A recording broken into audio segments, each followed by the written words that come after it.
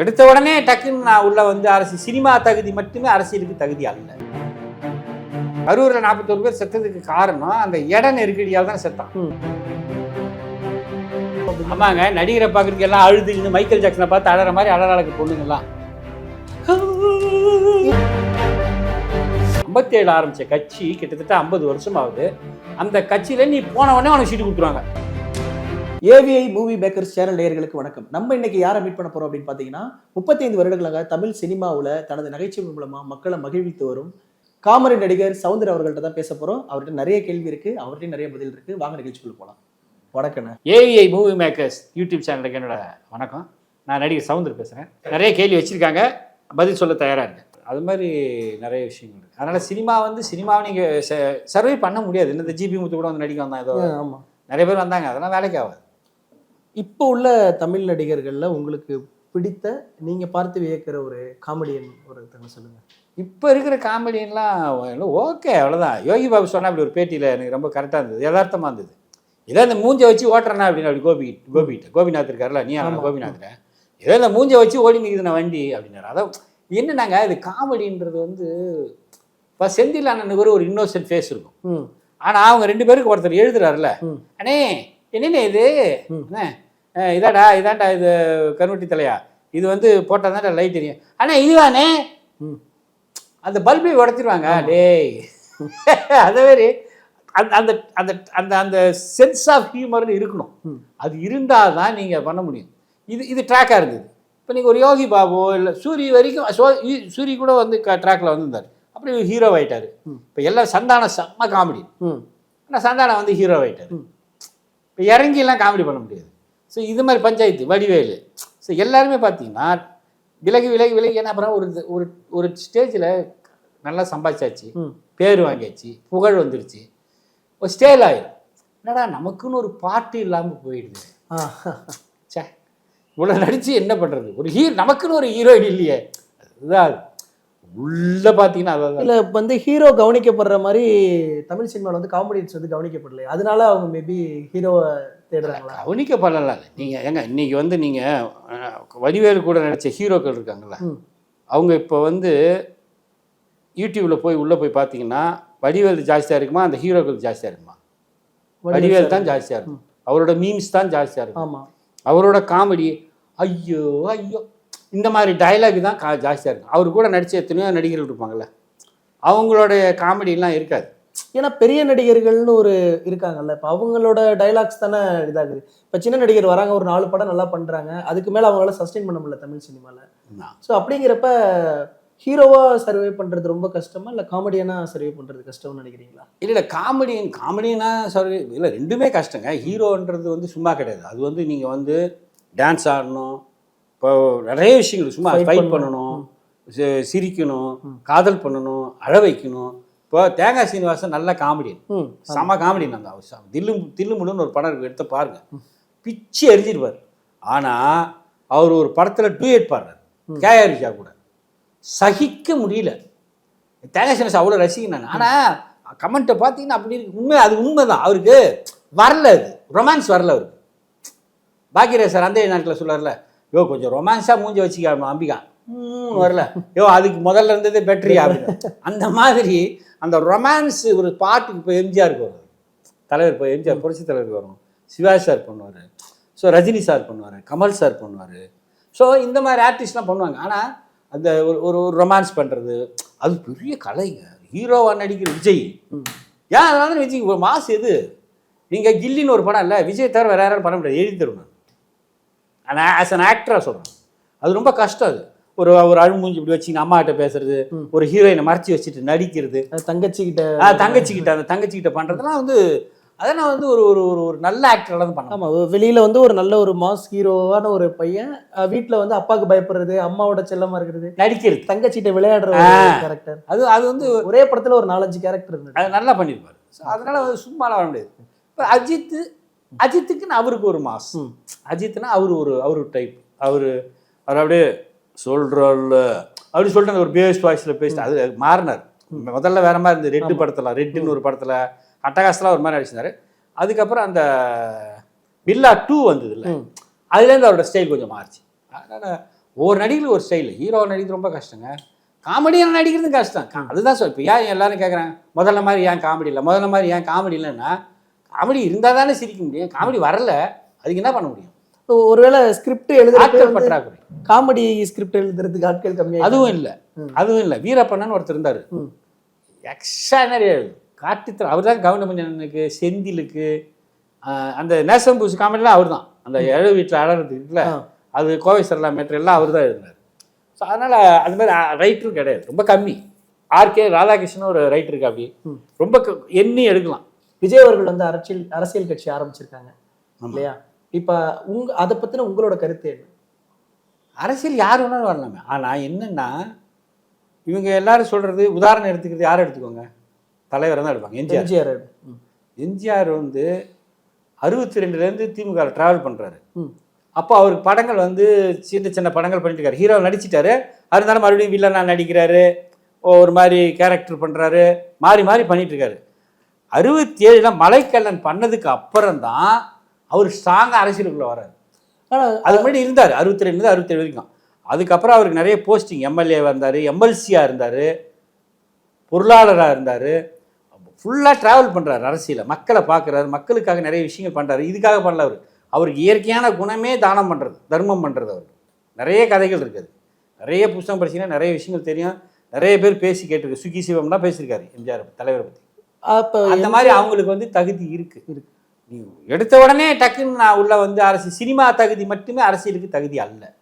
இப்போ எம்ஜிஆர் பற்றி பேசினால ஒரு கேள்வி கேட்குறேன். இப்போ எம்ஜிஆரோட வசனங்களில் வந்து மக்கள் அவ்வளோ பேர் ஈர்த்தாங்க, அவரோட வசனங்கள் வந்து அவ்வளோ கைத்தட்டல்கள் வாங்கினது. இன்னைய வரைக்கும் வரக்கூடிய அரசியல்வாதிகளும் அதை பற்றி பேசுகிறாங்க. ஸோ அந்த வசனங்களை எழுதி கொடுத்தது கலைஞர் தான். ஸோ இவரை வந்து டெவலப் பண்ணுறதுக்கு கலைஞரோட உழைப்பு இருக்குது அப்படின்னு சொல்கிறாங்க. ஸோ அதெல்லாம் சேர்ந்து தான் எம்ஜிஆருங்கிற ஒரு பிம்பம் வந்து பெரிய ஆள் ஆனாங்க. இப்போ விஜய் கட்சி ஆரம்பிச்சிருக்காரு, நான் தான் அடுத்த எம்ஜிஆர்னு விஜய் அவர்கள் சொல்கிறார். அவர் சொல்லவே இல்லை அப்படின்னு அவர் சொல்ல மாலை போட்டார், எம்ஜிஆருக்கு மாலை போட்டாங்க. விஜய் அவர்கள் சொல்லனாலும் அவங்க கட்சியில் உள்ள ஆட்கள் நிர்வாகிகள் வந்து பரப்புரை செய்யும் போது பார்த்தீங்கன்னா அடுத்த எம்ஜிஆர் அப்படிங்கிற மாதிரி தான் சொல்கிறாங்க. அதுக்கு வந்து இவர் அதை ஆமோதிக்கல அப்படின்னா எதிர்க்கலாம் விஜய் அவர்கள். ஆனால் அது எதிர்க்க மாட்டாங்க. இப்போ ஒரு படம் வந்து 500 கோடி கலெக்ட் ஆயிடுச்சு, 300 கோடி கலெக்ட் ஆயிடுச்சு, 400 கோடி கலெக்ட் ஆயிடுச்சுன்னு சொல்கிறாங்கன்னு வச்சுங்களேன். இப்போ அது வந்து இப்போ நான் விஜய்னு வச்சுக்கலாம், சிச்சே எவ்வளோலாம் சொல்லாதீங்க, 150 சொல்லுங்கன்னு சொல்லுவாரா? சொல்ல மாட்டாங்க. ஒரு வெற்றியை நோக்கி போகணும் தான் அது யாருமே தான் சொல்ல மாட்டாங்க. ஏங்க ஒரு படம் வந்து சக்ஸஸ் மீட்னு ஒன்று வைக்கிறாங்களே, எத்தனை படம் ஓடி சக்ஸஸ் மீட் வைக்கிறாங்க? அது மக்களில் வந்து அவங்களே ஏமாற்றிக்கிறதுன்னு சொல்லலாம், இல்லை வந்து சரி மக்களுக்கு வந்து இந்த படம் சக்ஸஸ்ன்ற மாதிரி சொல்லலாம். ஸோ இது வந்து நம்ம அதை கணக்கில் எடுத்துக்க முடியாது. இப்போ நீங்கள் அவர் ஏன் வந்து அதை எதிர்க்கலைன்னா அது எதிர்க்க மாட்டாங்க. இப்போ நீங்கள் என்ன வந்து சொல்கிறீங்க, சார் காமெடி பார்த்தோம் சார், சூப்பர் சார், பின்னிட்டீங்க சார், அப்படியே தம்பி ஓகே சார், ஏங்க கேன மாதிரி நடிச்சிருக்கீங்க, என்னங்க காமெடி பண்ணுறீங்க, லூஸாங்க நீங்கள் அப்படின்னா எப்படி இருக்கும்? அப்படி சொல்லுங்களா? அதுதான் எப்பயுமே வந்து புகழ்ந்து பேசுனா அதுக்கு வந்து மறுப்பு சொல்ல மாட்டாங்க. எம்ஜிஆர்னா அவர் எம்ஜிஆர் இல்லைன்னா அவருக்கு தெரியணும், அவர் தெரிஞ்சிருக்கும், அவர் தெரியலன்னா அவர் கஷ்டம். இப்போ 2026 எலெக்ஷன் வரப்போகுது, அவருக்கு வந்து கேம்பெயினுக்குலாம் நிறைய பிரச்சனை கொடுத்துட்ருக்காங்க அப்படிங்கிற மாதிரி சொன்னார். இதில் வந்து அவரே வந்து ஏற்படுத்தி ஒரு மக்கள்கிட்ட நல்ல பேர் வாங்குறதுக்காக அந்த மாதிரி பண்ணுறாரா, இல்லை வந்து இயல்பாகவே அப்படி தான் அவருக்கு எதிர்ப்பு? இல்லை, அவருக்கு எதிர்ப்புனாங்க, அவர் கூட்டம் நிறைய வருது, அந்த கூட்டம் வர்றதுனால நிறைய பிரச்சனைகள் வருது. அவங்க என்ன சொன்னாங்கன்னா 48 மணி நேரத்துக்கு முன்னாடி பெர்மிஷன் வாங்கணும், தேர்தல் கமிஷன் சொல்கிறது 48 மணி நேரத்துக்கு முன்னாடி நீங்கள் பெர்மிஷன் வாங்கணும்.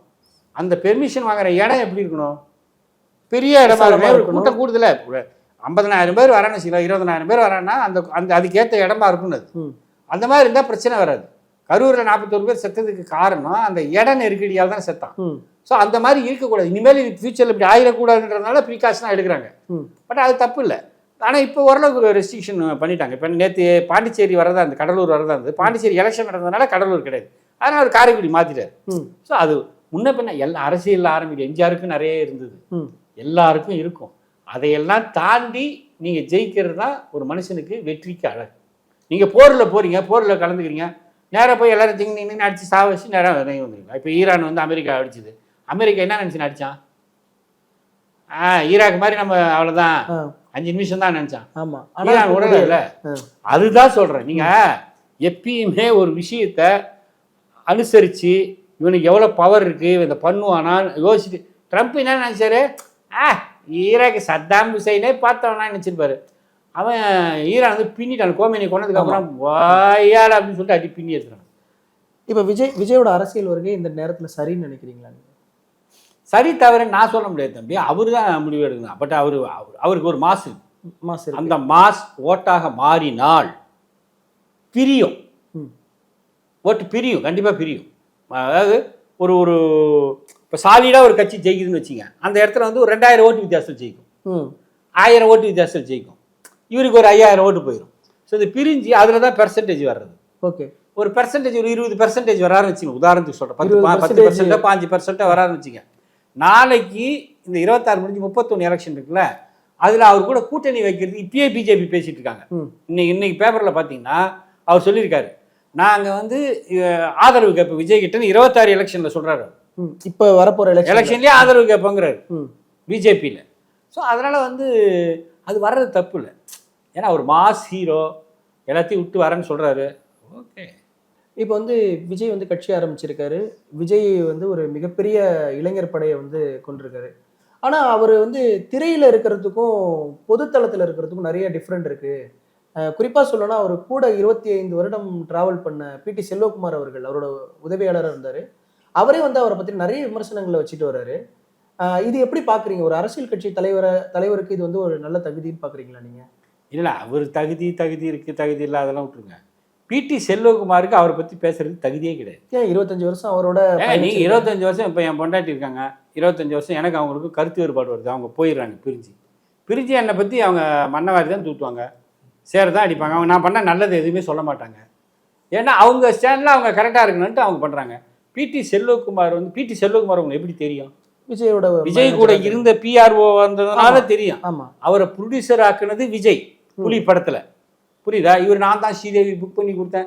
ஸ்ரீதேவி எப்படா புக் பண்ணி கொடுத்தா? எப்படி நடிச்சா? விஜய்னு ஒரு நடிகர் நடிச்சதுனால தான் அதுக்குள்ளே வந்தாவ, இல்லை எப்படி? அப்புறம் நீ என்ன பண்ண? அதை விட்டுட்டு நேரம் என்ன பண்ண? விஜயை கண்டாமனா தீட்டிட்டு, ஏன்னா விஜய்க்கு கூட்டம் வருது, அது வந்து அதை கிடையாது அது அப்படின்னு சொல்லிட்டு நீ ஒரு மனசாட்சி இல்லாத ஆள் அதுக்கு இதுன்னு பயங்கரம் சொல்லிட்டு திமுகவில் போய் சேர்ற. திமுகவுக்கு நீ எதுக்கு போய் சேர்ற? இப்போ அதுலேருந்து விலகிட்டாரு. ஏன் விலகினாரு? சீட்டு கொடுக்கலன்னு விலகிறாரு. அப்போ நீ எவ்வளோ ஒரு ஏன் அந்த கட்சி 62 ஆரம்பித்தான், 57 ஆரம்பித்தாங்க, 57 ஆரம்பித்த கட்சி கிட்டத்தட்ட 50 வருஷம் ஆகுது. அந்த கட்சியில் நீ போனவொடனே அவனுக்கு சீட்டு கொடுத்துருவாங்க. துணை முதலமைச்சர் மு.க. ஸ்டாலின் ஆகிறது 25 வருஷம் ஆச்சு அந்த கட்சியில், அவங்க அப்பா இருக்கும்போதே, இல்லையா? அப்போ நீ வந்து ஒரு 15 நாள் முன்னாடி எலெக்ஷன் முன்னாடி 15 நாள் முன்னாடி போய் நீ சேர்ந்த உடனே தூக்கி கொடுத்துருவாங்களா அவனுக்கு எம்எல்ஏ போஸ்ட்டு? இப்போ விஜயோட கட்சியிலேருந்து விலகினதுக்கு காரணம் வந்து தூத்துக்குடியில் நிற்கிற கனிமொழிக்கு எம்பி தாங்க கொடுக்குறாங்க, எம்எல்ஏ சீட்டு கொடுக்கலீங்க. அப்புறம் இவர் போனவொடனே ஒரு தூக்கி கொடுத்துருவாங்க பிடி செல்வகுமார். ஒரு ஆள் என்ன? இப்போ நீங்கள் நல்லது பண்ணன்றதை நீங்கள் சொல்லக்கூடாதுங்க, வெளியில் இருக்கிறவங்க சொல்லணும். நான் நல்லது பண்ணங்கிறத யார் சொல்லுவா?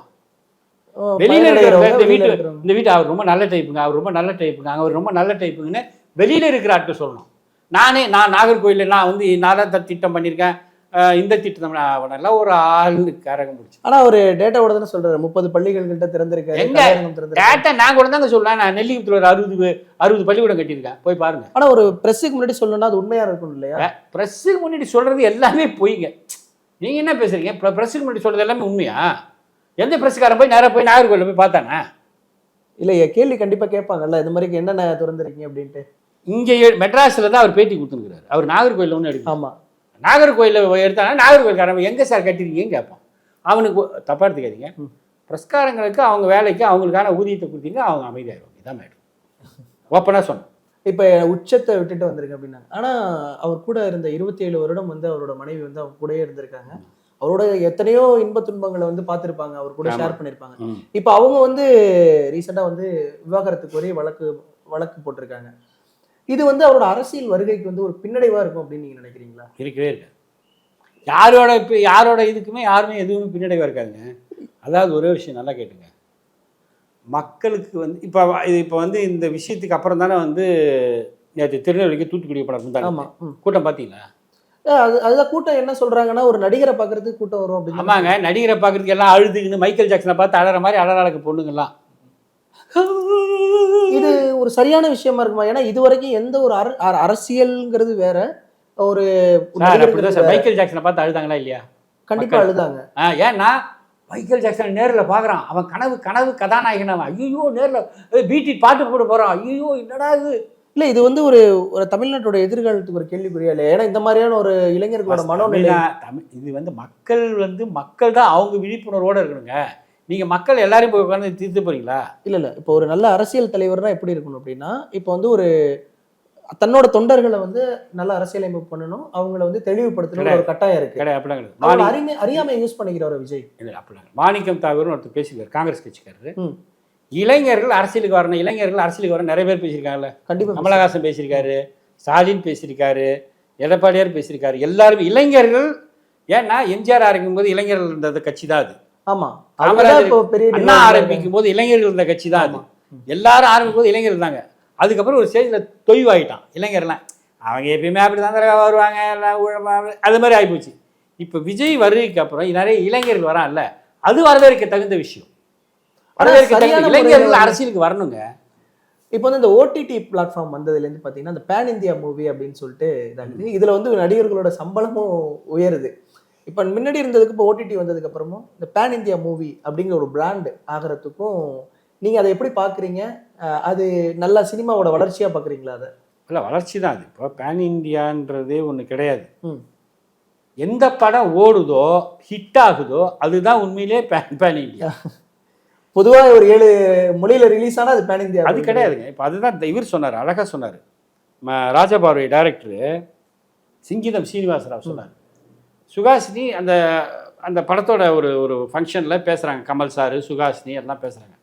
அப்போ சுகாசினி கேட்குது, அவர் டைரக்டர் சிங்கிதம், அவருக்கு 80 வயசு ஆகுது. அவர்கிட்ட கேட்குறாங்க, நீங்கள் அப்பயே பேன் இண்டியா பண்ணியிருக்கீங்க சார். வருண் முகர்ஜி கேமரா, பெங்காலவர் வருண் முகர்ஜி கேமராமேனு. அதில் நடித்த மாதவி வந்து ஆந்திரா தெலுங்கு, கமல் சார் இளையராஜா தமிழ். ஸோ இந்த மாதிரி அப்பயே நீங்கள் வந்து மிக்சடாக போட்டு ஒரு பேன் இண்டியா படம் பண்ணியிருக்கீங்க. பேன் இண்டியா படம் இல்லை, எந்த படம் ஓடுதோ அதான் பேன் இண்டியா படம்.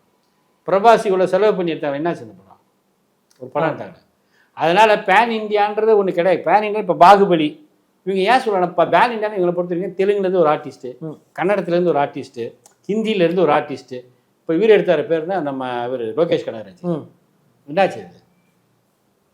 இந்த ரஜினி சார் படங்க, ஜெயிலர் மூவி. ஜெயிலர் சார், இது நெல்சன் படம். அது கூலி என்னாச்சு? அதனால பேன் இண்டியா வருதுல்ல. படம் ஓடிச்சுன்னா பேன் இண்டியாவும் ஆயிரும். ஆனா கூலி வசூல் ரீதியா வெற்றி படம், வசூல் ரீதியா அது ரஜினி சார்னாலங்க, அதை விட்டுருவோம். பொதுவாக சொல்றேன், பேன் இண்டியாங்கிறது படம் எந்த படம் ஹிட் ஆகுதோ அதுதான் பேன் இண்டியா. இந்தியா பூரா போய் சேரும். That is called pan India. இப்போ தமிழ் சினிமாவில் வந்து இவ்வளோ கோடிக்கணக்கான படங்களை போட்டு கொட்டி எடுக்கிறாங்க படம். ஆனால் வந்து பக்கத்தில் இருக்கிற மலையாள சினிமாவில் பார்த்தீங்கன்னா 5 கோடி போட்டு எடுக்கிறாங்க, அது ஒரு 25 கோடி லாபம் தருது.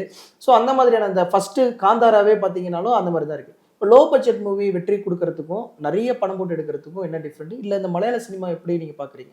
மலையாள சினிமா சூப்பருங்க. இப்போ நம்ம தமிழில் அது மாதிரி எடுத்து படம் ஓடிட்டு சின்ன படங்கள் நிறைய படம் ஹிட் ஆகும். லப்பர் பந்துலேருந்து ஆரம்பித்து அப்புறம் அந்த என்னது பாண்டியராஜ் படம் அப்பான ஆண் பாவம் பொல்லாது இதே மாதிரி இப்போ அந்த கவின் நடிச்சிருக்காரு கென் கருணாஸ் செம்ம ஹிட்டு, யூத் ஹிட்டு. ஸோ நிறைய படங்கள் ஹிட்டு, சின்ன படங்கள் நிறைய படங்கள் ஓடுது. ஒன்று தாங்க, கதை நல்லா இருந்து ஸ்க்ரீன் பிளே நல்லா இருந்து யார் நடித்தாலும் ஓடும். ஏங்க நீங்கள் ஒரு தலைவராகனு ஒருத்தர் வந்து சங்கர்னு யார் நமக்கு தெரியுமா? அவரை அப்போ சொல்கிறேன். மண்வாசனையில் பாண்டியன்னு ஒருத்தர் நடித்தார். கதை, அந்த கதை அதை எடுக்கிற விதம். இப்போ லப்பர் பந்து பயங்கர ஹிட்டு. அட்டகத்தி தினேஷ் அதுக்கு முன்னாடி எவ்வளோ படம் நடித்தார், கஷ்டப்பட்டு நடித்தார். ஆனால் லப்பர் வந்து பயங்கர ஹிட்டு. ஸோ இந்த மாதிரி நல்ல கதை அம்சம் உள்ள எல்லா படங்களும் எப்பவுமே ஓடி இருக்கு, ஓடும், ஃபியூச்சர்லேயும் ஓடும். அதனால் பேன் இண்டியா அதுக்கு நம்மளே ஏமாற்றிக்கிறது. நீங்கள் எந்த ஆர்டிஸ்ட் இருந்தாலும் இப்போ நீங்கள் போக்கிரின்னு ஒரு படம் எடுத்தீங்கன்னா அந்த போக்கிரி படம் வந்து பயங்கர ஹைப்பாக இருக்கும், அப்படியே நம்மளை இப்படி வச்சுன்னு இருக்கும். அதே வில்லு எடுக்கிறாரு அடுத்தது, அவுட் இல்லை. ஆமாம், கில்லு தூளு கில்லி பயங்கர ஹிட்டு. அடுத்த படம் அவனுக்கு பிடிக்கல, அவ்வளோதான். ஆடியன்ஸ் கனெக்ட் பண்ண முடியும். இப்போ வந்து கென் கருணாஸ் அப்படின்னு சொல்லிட்டு கருணாஸோட பையன் வந்து யூத் மூவின்னு எடுத்திருக்காங்க. அவர் நல்ல ஒரு ஆக்டர் தான், இதுக்கு முன்னாடி தனுஷ் கூட நடிச்சிருக்காரு. ஸோ இப்போ அவராகவே ஒரு படம் நடிக்கிறாரு, படம் எடுக்கிறாரு, பாட்டு எழுதுறாரு. ஸோ இது எப்படி பார்க்குறது? அதாவது யூத்துன்னு ஒரு கேங் இருக்குல்ல, அவங்க நல்லா யோசிக்கிறானுங்க, சம்தியாக யோசிக்கிறாங்க. ரெண்டாவது, நீங்கள் படம் எடுக்கிறது முக்கியமே கிடையாது, அந்த படத்தை எடுத்துகிட்டு போய் சேர்க்கறது தான் முக்கியம். இப்போ நம்ம அந்த கென் கருணாஸ் வந்து அவருடைய ஃபங்க்ஷனுக்கு யாரை கூப்பிட்றாரு? தனுஷை கூப்பிட்றாரு. அந்த படத்துக்கு வெற்றிமாறன் வர்றாரு. தாய்க்கிழவின்னு ஒரு படம் ஹிட்டு. ஆமா. சிவகார்த்திகேயன் ப்ரொடியூசரு. அந்த படத்தை கொண்டு போய் சேர்க்கறானுங்க. எல்லாரையும் இப்போ என்ன யாராவது தாய்க்கிழவி பார்த்துருக்கலான்றான். அந்த கென்கருணாஸ் படத்தை பார்த்துட்டான்றான். ஸோ அப்போ உங்களுக்கு அந்த படத்தை கொண்டு போய் சேர்க்கறது இருக்குல்ல, அதுதான் மெயின். ஒரு படம் ஹிட்டுக்கு அது ஒரு மிக முக்கிய காரணம். தாய்க்கிழவி இன்னைக்கு இவ்வளோ பெரிய ஹிட்டுன்னா அதை கொண்டு போய் சேர்க்கணும். இது வந்து ஒரு சாதாரண ஒரு டேலண்டான ஒரு பையனால பண்ண முடியும். ஏன்னா இப்போ அவங்க அப்பா அரசியல் பின்புலத்தில் இருக்காரு. இல்லை அதெல்லாம் லூசரமான விஷயம். அப்படின்னு பார்த்தா பாரதி ராஜா வந்து பாண்டியன்னு ஒருத்தர் நடிக்க வச்சாரு, விஜயன்னு ஒருத்தர் நடிக்க வச்சாரு, யாரையும் நடிக்க வச்சாரு. மனோஜ் அவரால் கொண்டு வர முடியல. அது இப்போ விஜய் வந்து எஸ்.ஏ. சந்திரசேகர் 5 படம் நான் ஸ்டாப்பாக எடுத்து விஜய் எடுத்துன்னு வந்து இப்படி வச்சுட்டார். ரசின்னு ஒரு படத்தில் ஹிட்டு கொடுத்துட்டாரு. அதை வச்சு எல்லாரும் எடுத்து அவரை அப்படியே ஆக்கிட்டாங்க. அது வந்து இங்கே வந்து இது யாரும் பின்புலெல்லாம் கிடையாது. யாரையும் வந்து காப்பாற்ற முடியாது. யாரையும் கை விட்டுறவும் முடியாது. அதாவது உன்னை எறிந்தால் நீ உன்னை எறிந்தால் இந்த உலகத்தில் போராடலாம். உயர்ந்தாலும் தாழ்ந்தாலும் மனம் தளராமல் வாழலாம். அவ்வளோதான் மேட்டர். பார்த்திபன் வந்து ரீசெண்டாக வந்து ஒரு பெரிய நிகழ்ச்சி மேடையில் வந்து குந்தவி நீ கொஞ்சம் குந்தவின்னு சொல்லி திரிஷாவை கமெண்ட் பண்ணிட்டாரு. அது வந்து அவர் சாரி கேட்டார். அதுக்கப்புறம் அந்த பொண்ணு ஏதோ எக்ஸ்ட்ரா இது வந்து இந்த சோஷியல் மீடியா இருக்கிறதுனால தான் இந்த பிரச்சனைலாம். இது வந்து இல்லைன்னு வச்சுக்கலாம், நமக்கு தெரிஞ்சே இருக்காது. அவர் பார்த்திபன் வந்து எதாவது பூசா பண்ணணும்னு சொல்லிட்டு ஏதாவது ஒன்று பண்ணிகிட்டே இருப்பார். ஒரு பூசா பண்ணணும், பூசா பேசணும்னு சொல்லிட்டு சும்மா ஒரு ரைமிங்கில் பேசணும்னு சொன்னது போய் அது வந்து ஹர்ட் ஆகி அதுக்கப்புறம் எல்லாரும் இப்படி தான் மேடையில் எத்தனை பேர் எதாவது காமெடி பண்ணுவாங்கன்ட்டு அதுவும் அதுக்கு பதில் சொல்லிடுச்சு. அதுக்கப்புறம் இப்படி சொன்னால் நான் மன்னிப்பு கேட்டே இருக்க மாட்டேன்னா அவரு அப்புறம் இப்போ ஆஃப் ஆயிடுச்சுல்ல. அதை விட ஒரு பெரிய விஷயம் வரும், இது ஆஃப் ஆகிடும். அதனால இது வந்து சகஜமாக நடக்கிறது. நம்ம கண்டிப்பாக இப்போ போயினே இருக்கணும். உங்களுடைய அச்சீவ்மெண்ட்ஸ் அண்ட் ஏன்னா இத்தனை வருஷம் நீங்கள் ட்ராவல் பண்ணியிருக்கீங்க. ஸோ உங்களோட அச்சீவ்மெண்ட்ஸ், உங்களோட அப்கமிங் ப்ராஜெக்ட்ஸ் பற்றி நேயர்களுக்கு சொல்லுங்கள். அச்சீவ்மெண்ட்டுலாம் ஒன்றுமே கிடையாது. அச்சீவ்மெண்ட்டாக நான் இன்னும் பண்ணவே இல்லை. அது இப்போ அதுதான் சொல்லணும். நான் பீக்குன்னு ஒன்று சினிமாவில் எனக்குலாம் கிடையாது. சர்வே ஆகிட்டே இருக்கும். பட் ஆனால் ஸ்டில் வி ஆர் தேர். என்னென்னா இப்போ ரஜினி சார் எங்கே பார்த்தா நல்லா இருக்கீங்க, நல்லா எப்படி இருக்கீங்க. கமல் சார் எங்கே பார்த்தா அப்புறம் நல்லா இருக்கீங்களா. ஸோ இதுதான் நம்ம சம்பாதிச்சது. இப்போ நான் ஃபோன் பண்ணால் வடிவேல் ஃபோன் பண்ணால் எடுப்பேன். அப்படி கவுண்டமணி என்ன எடுப்பார், சத்யராஜ் சார் எடுப்பார். யார் நான் ஃபோன் பண்ணாலும் எடுப்பாங்க. ஸோ எனக்கு அது ஒரு பெரிய கிரெடிட்டு. ரெண்டாவது எங்கே ஒரு இடத்துக்கு போகிறேன்னா சார் நீங்கள் அந்த படத்தில் ஒன்றா ஒரு ஹைலைட்னா ஒருத்தர் சார் நீங்கள் அருள் படத்தில் நான் அந்த விஷம் வச்சிங்களா அவர் தானே நீங்கள் அம்மா. இன்னொரு சார் நீங்கள் தராசு தட்டி எடுத்து போய் வடிவேல்கிட்ட சார் நீங்கள் அந்த இழவு வீட்டில் அதாவது நான் நடித்த ஒரு 175 படத்தில் மினிமம் ஒரு 50 படம் கேட்டுருவோம். அந்த மக்கள் மனசில் நிற்கிற இடம் அதுதான் அச்சீவ்மெண்ட் நான் நினைக்கிறது. கண்டிப்பாக அதாவது இந்த அவார்டுக்கு வார்டு அதெல்லாம் வந்து அது பெரிய லெவல் தலைவா. அது ஒரு பெரிய ப்ராசஸ். அது கிட்டே போகல நம்ம. அதனால் நம்ம வந்து நான் வந்து எப்படின்னா எனக்கு ஒரு வட்டத்தை வச்சுக்கிட்டு அதுக்குள்ளே வாழலாம். அது கிடைக்கலன்றதுக்காக அப்படியே உக்காந்துட்டு அது மாதிரிலாம் கிடையாது. ரொம்ப கேஷுவலாக ஜாலியாக. அது காரணம் நான் வந்து சத்யராஜ் சாரோட பழகினது, மணிவண்ணன் சாரோட பழகினது, கவுண்டமணி என்னோட பழகினது யதார்த்தம். அப்படின்னு பார்த்தா சிறந்த நகைச்சுவை காமெடி நடிகர் கவுண்டமணி எனக்கு கொடுத்துருக்கணுமா இல்லையா? ஆமாம் கண்டிப்பாக. வடிவேலுக்கு கொடுத்துருக்கணுமா இல்லையா? கண்டிப்பாக. இவங்களை விட நம்ம பெரிய ஆளா சொல்கிறேன் நான். கண்டிப்பாக. அவனுக்கு பண்ண காமெடி இன்றைக்கி நம்ம பார்த்தா கவுண்டமணி நேஷனல் அவார்டு கொடுத்தது இல்லைங்க, வாங்கினது இல்லை. காமெடி ஆக்டருக்கு. இவர் சிவாஜி சாருக்கே கொடுத்தது இல்லை நேஷனல் அவார்டு. அப்புறம் நம்மலாம் எந்த மூளைங்க. அதனால் ஜாலியாக எடுத்துகிட்டு ஜாலியாக போயிடுது. இறுதியாக அப்கமிங் ப்ராஜெக்ட் மாதிரி தான் நான் இப்போ பண்ணிட்டு இருக்கிறது வந்து சுந்தர்சியோட மூக்குத்தி அம்மன் 2. ஓகே. நயன்தாரா அந்த படம். அதுக்கப்புறம் அவரோட புருஷன் விஷால் ஹீரோ. அதுக்குள்ள தான் எம்எல்ஏ இது வந்து ஷூட்டிங் போயிட்டார். அந்த படம் வெப் சீரிஸ் பண்ணிட்டு இருக்கிறேன். விகடனில் ஒரு வெப் சீரிஸ் பண்ணிட்டு. Super sir. ஸோ அது மாதிரி போயிட்டு தமிழ் சினிமாவை நம்பி வரக்கூடிய இளைஞர்களுக்கு நீங்கள் ஒரு அனுபவசாலி அப்படிங்கிற முறையில். அப்போ நாங்கள் வரும்போது ரொம்ப கஷ்டமாக இருந்தது. இப்போ ரொம்ப ஈஸியாகிடுச்சு. ஈஸியாக சேர்ந்து ஈஸியாக கிடக்கலாம். கோடி கணக்கில் சம்பாதிக்கிறாங்க பசங்களாம், ஜாலியாக இருக்கானுங்க. அதனால் ஈஸி எக்ஸ்போஷர்ஸ் நிறைய இருக்குது. யூடியூப் இருக்குது, சோஷியல் மீடியா இருக்குது, நிறைய விஷயங்கள் இருக்குது. எல்லாம் திறமை மட்டும் இருந்தால் போதும், பின்னி எடுத்துடலாம். Thank you sir. Thank you sir. Thank you. அதனால் திறமை தான் முக்கியம். திறமை இருந்தால் பின்னி எடுத்துடலாம். Okay, all the best. Thank you. இன்னொரு ப்ரோக்ராமில் கண்டிப்பாக நம்ம சந்திப்போம். இந்த நிகழ்ச்சியை நீங்கள் பார்த்துருப்பீங்க. இந்த நிகழ்ச்சி உங்களுக்கு பிடிச்சிருந்துன்னா சேனலை சப்ஸ்கிரைப் பண்ணுங்கள், லைக் பண்ணுங்கள், கமெண்ட் பண்ணுங்கள்.